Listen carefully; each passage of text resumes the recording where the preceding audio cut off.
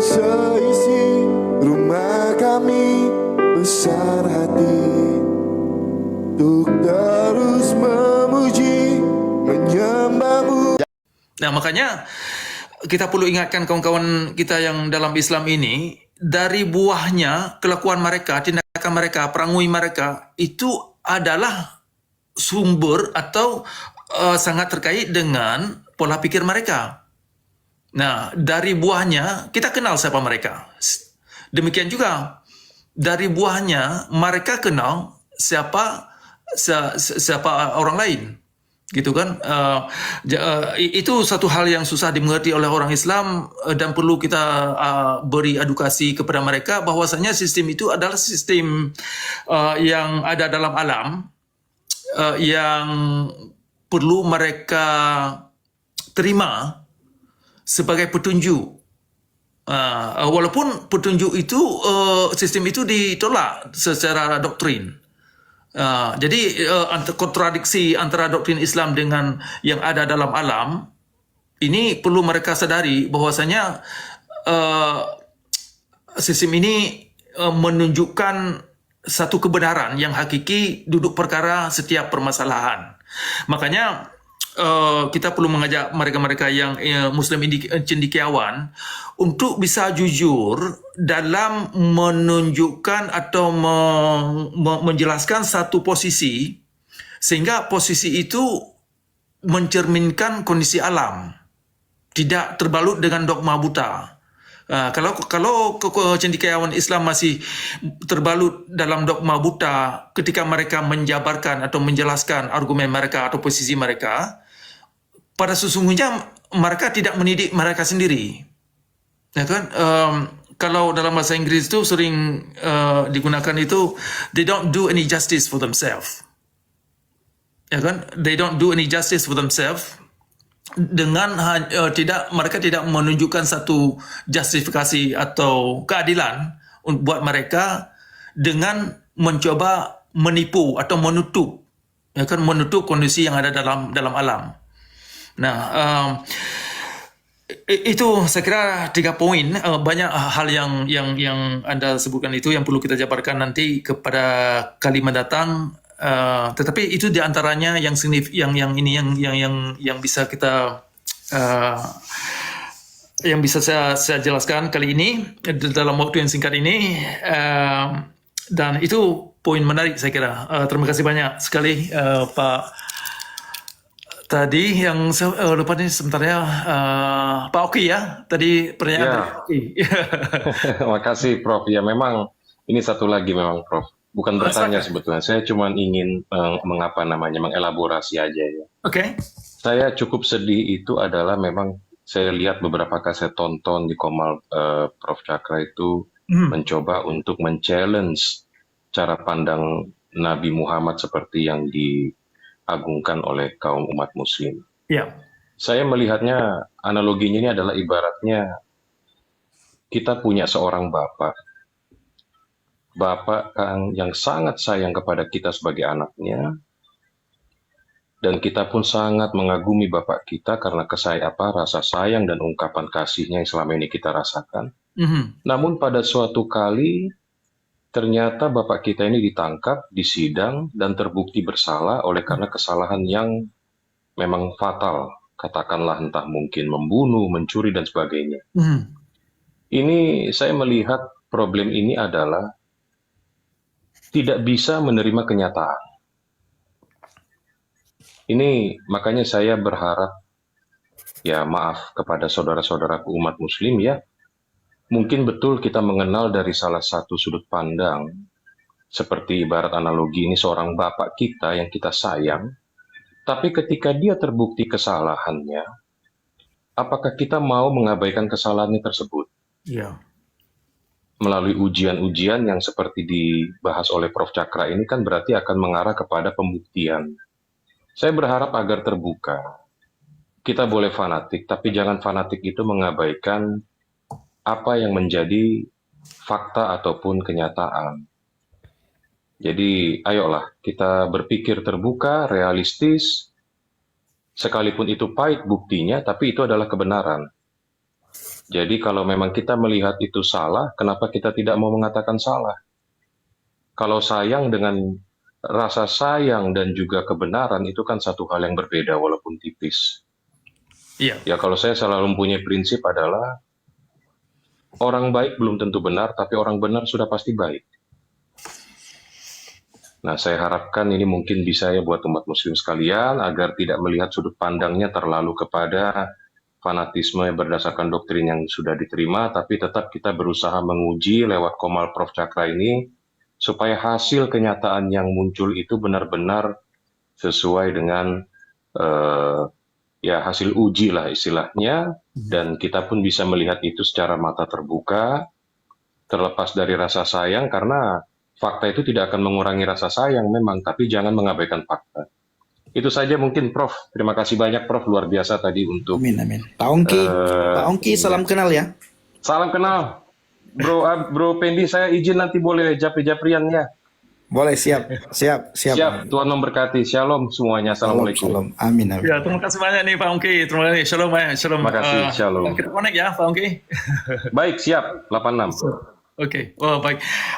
Satu pemikiran yang luar biasa yang barusan yang dituangkan Pak Ongki, persoalan cinta kepada Nabi Muhammad. Kemudian persoalan kebenaran, ada kebenaran pada seseorang itu bukan berarti orang ini tidak punya kasih. Nah, ini perlu kawan-kawan kita dalam Islam untuk bisa mereka mengerti. Karena begini, ada beberapa pesan yang sebelum saya menceritakan tentang ini ya, tentang pesan, saya akan menjelaskan sedikit tentang doktrin dalam Islam itu kita dituntut untuk mencintai Nabi Muhammad lebih daripada kita sendiri. Nah, ini satu doktrin yang sungguh menjerumuskan. Kenapa saya bilang doktrin ini sungguh menjerumuskan? Nah, di dalam anda yang di bawah, silakan Anda bisa kaji dalam kitab Sahih Al-Bukhari dan Sahih Muslim, itu ada satu hadis dan tidak saya jabarkan kali ini. Tetapi yang intinya dalam hadis itu dikatakan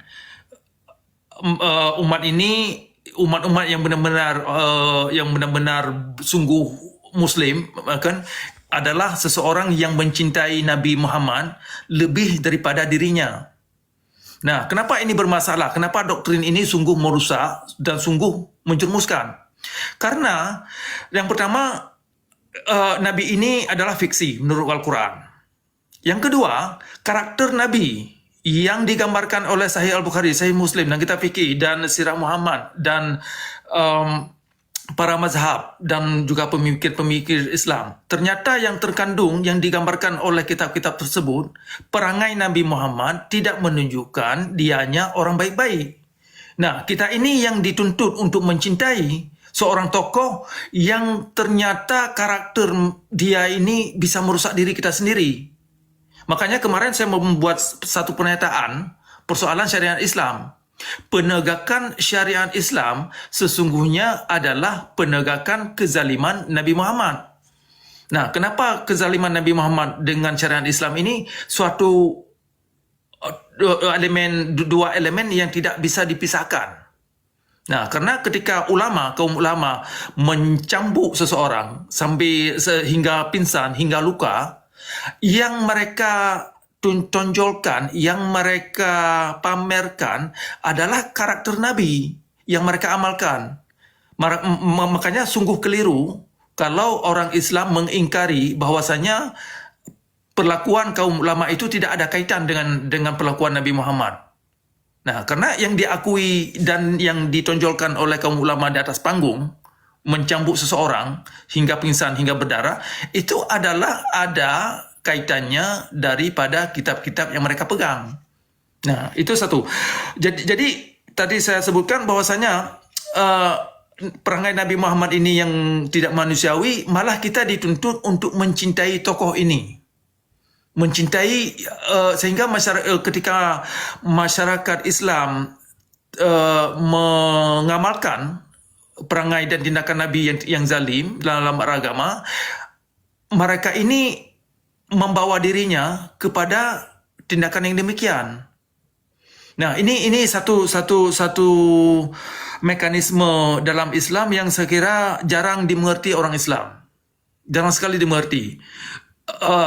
Jalan keluarnya mereka sering menggunakan scapegoat atau mengkambing hitamkan dengan kata-kata nanti sering digunakan misalkan oknum.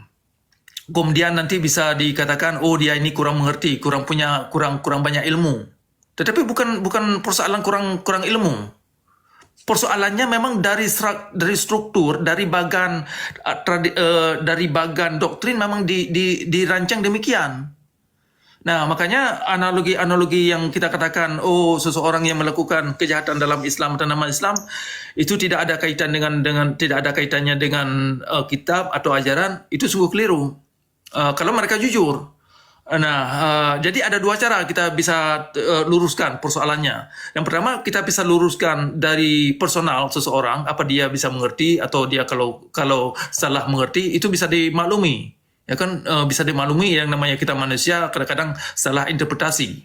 Nah, itu bisa dimaklumi. Tetapi yang tidak bisa kita terima bahwasanya kalau kita ingin angkat dan gugat doktrin yang mereka terima, nah ini yang bermasalah. Nah, kalau mereka jujur, kalau mereka katakan misalkan tidak ada kaitannya dengan kitab yang mereka pegang, kenapa harus disembunyikan? Nah, kenapa tidak bisa digugat? Kenapa tidak bisa dibicarakan secara publik, secara eksplisit, ya kan, secara terang-terangan? Nah, alasannya karena memang mereka akui ada aib. Di dalam kitab itu ada banyak aib. Sehingga dilarang untuk dibicarakan, dibahas secara publik. Karena itu memalukan. Nah, ini yang ingin saya ajak kawan-kawan saya yang dalam Islam untuk bisa jujur, untuk bisa manusiawi lah. Ya kan? Let's be human. Itu persoalan tradisi hadis yang saya maksud, silakan anda-anda yang di bawah. Itu ada hadis dalam tradisi Islam, kita dituntut untuk mencintai Nabi Muhammad lebih daripada kita sendiri. Nah, secara psikologi, saya katakan tadi, ini sungguh bermasalah dan sungguh merusak. Nah, karena karakter yang dimaksud ini ternyata karakter tersebut tidak bisa diandalkan sebagai sumber moralitas dan juga tidak bisa digunakan sebagai sumber spiritualitas. Nah, itu poin yang diangkat oleh Bapak Ongki yang saya kira sungguh menarik. Nah, tadi saya mengatakan ada beberapa pesan yang sering saya terima dari kawan-kawan, mereka ingin mendoakan saya ini kembali ke Islam. Nah, maka alasannya mereka sayang sekali sama saya, sungguh sayang. Saya bilang, oh terima kasih atas kesayangan Anda, terima kasih. Saya bilang, kalau Anda benar-benar cinta sama saya, sayang sama saya, tolong ciptakan diri Anda ini menjadi orang-orang yang rahmatan lil alamin, sehingga kalau saya ngopi sama Anda ini saya aman. Ya kan, itu yang pertama. Itu yang pertama. Kemudian yang kedua, saya bilang sama kawan ini, kalau Anda sayang sama saya, tolong ajak kaum ulama dan kaum Tunku Dayah dan ustadz-ustadz agar mereka lebih manusiawi dalam beragama, sehingga kalau saya diundang ketemu mereka nanti saya aman.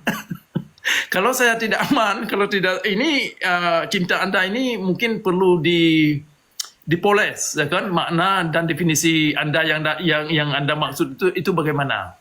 Nah, itu beberapa pesan dan anekdot yang penting dan saya kira ini ya perlu saya diskusikan, share di sini terkait dengan kasih sayang yang dimaksud. Saya kira itu jawaban dan tanggapan saya dari Bapak Oki yang sangat bagus sekali yang diangkat tadi. Kemudian saya ingin kasih kesempatan yang lain yang ingin bertanya, yang sudah menunggu dari tadi. Bapak ini ya, Bapak sebentar, Enjoy yang sudah sabar menunggu. Silakan Bapak Enjoy. Assalamualaikum. Assalamualaikum Pak Enjoy. Silakan. Assalamualaikum Waalaikumsalam warahmatullahi wabarakatuh. Terima kasih Abangku, sehat selalu dan bahagia selalu. Bang Pendi, Bang Ongki, Kang Fahman, Bu Aisyah dan semuanya, semoga sehat dan bahagia selalu. Silakan dilanjut yang lainnya dulu Abangku. Baik, terima kasih. Saya kira mungkin Bang Pendi atau kita kasih kesempatan dulu kepada Mbak Aisyah. Silakan Mbak Aisyah yang sudah sabar menunggu tadi. Terima kasih sudah ikut nimbrung dalam Komal ini. Walaupun tadi tidak kita tidak punya judul karena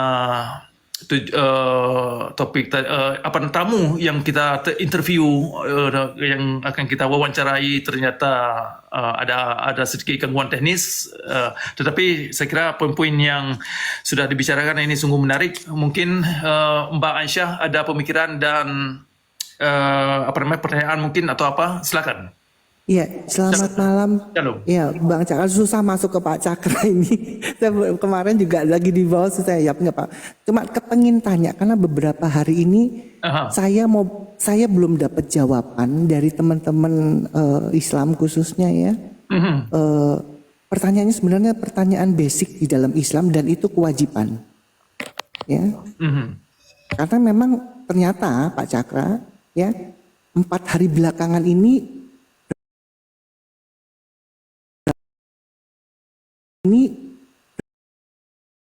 ternyata yang saya temukan berapa hari ini mereka aja basicnya itu nggak tahu loh.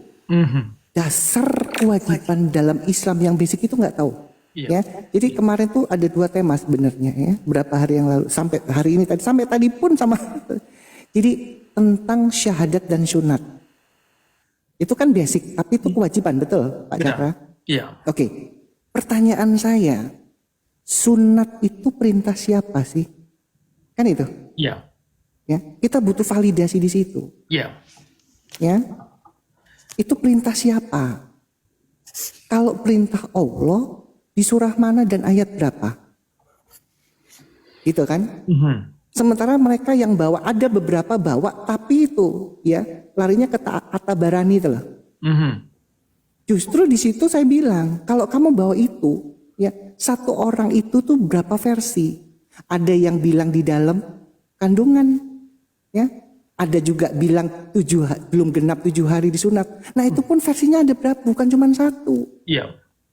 Pertanyaan saya, kita di ruang publik kita butuh validasi data. Ya. Iya, ya benar. Ya benar, itu benar, benar sekali itu yang Mbak angkat, itu persoalan sunnah itu yang sangat sangat mendasar, basic. Itu nampaknya memang kenyataannya banyak tidak dimengerti. Kemudian di dalam konsep itu sendiri ada beberapa ini yang membingungkan. Artinya begini. Di dalam Al-Quran itu tidak ada istilah sunnah Muhammad atau sunnah Nabi. Yes. Ya kan? Yang ada cuma sunnah. Yang ada cuma itu kayaknya. Saudari Aisyah bukan itu maksudnya. Bukan itu maksudnya Saudari Aisyah. Ya, begini Pak Rahman, pertanyaan saya sebenarnya gini. 1, sunat itu perintah siapa? Itu dia. Oke, sebentar pelan-pelan Pak. Ya, saya cuma butuh jawaban yang valid. Ya, valid itu bukan berarti jawaban ngomong gitu ya. Validasi data itu penting karena ini ruang publik. Ya, kalau itu sebentar. Kalau itu sebentar Pak. Pelan santai aja Pak. Kalau itu perintah Allah, tunjukkan perintah sunat itu kalau perintah Allah di surah apa? Ya, di ayat mana? Betul. Yang kedua, ya. Apakah Nabi Muhammad itu disunat? Mantap. Silakan Pak. Iya. Nah, itu yang Ibu Aisyah tanya itu Saudara Cakra. Sunat, tahu kan sunat itu? Kenapa dulu Saudara Cakra potong kelamin itu, ujungnya itu yang terkulup itu dipangkas. Itu kan berdarah-darah juga itu. Jadi yang mengilhami Saudara Cakra memangkas dengan Saudara Pendi itu siapa? Yang ditanya Ibu Aisyah itu. Silakan Pak Cakra. Baik. Saya tanggapi yang terima kasih Pak Faman, akan saya tanggapi pertama dulu sebelum saya menjawab begini, persoalan sunnah dulu. Perlu diketahui ini Anda yang dalam Islam, dalam Al-Quran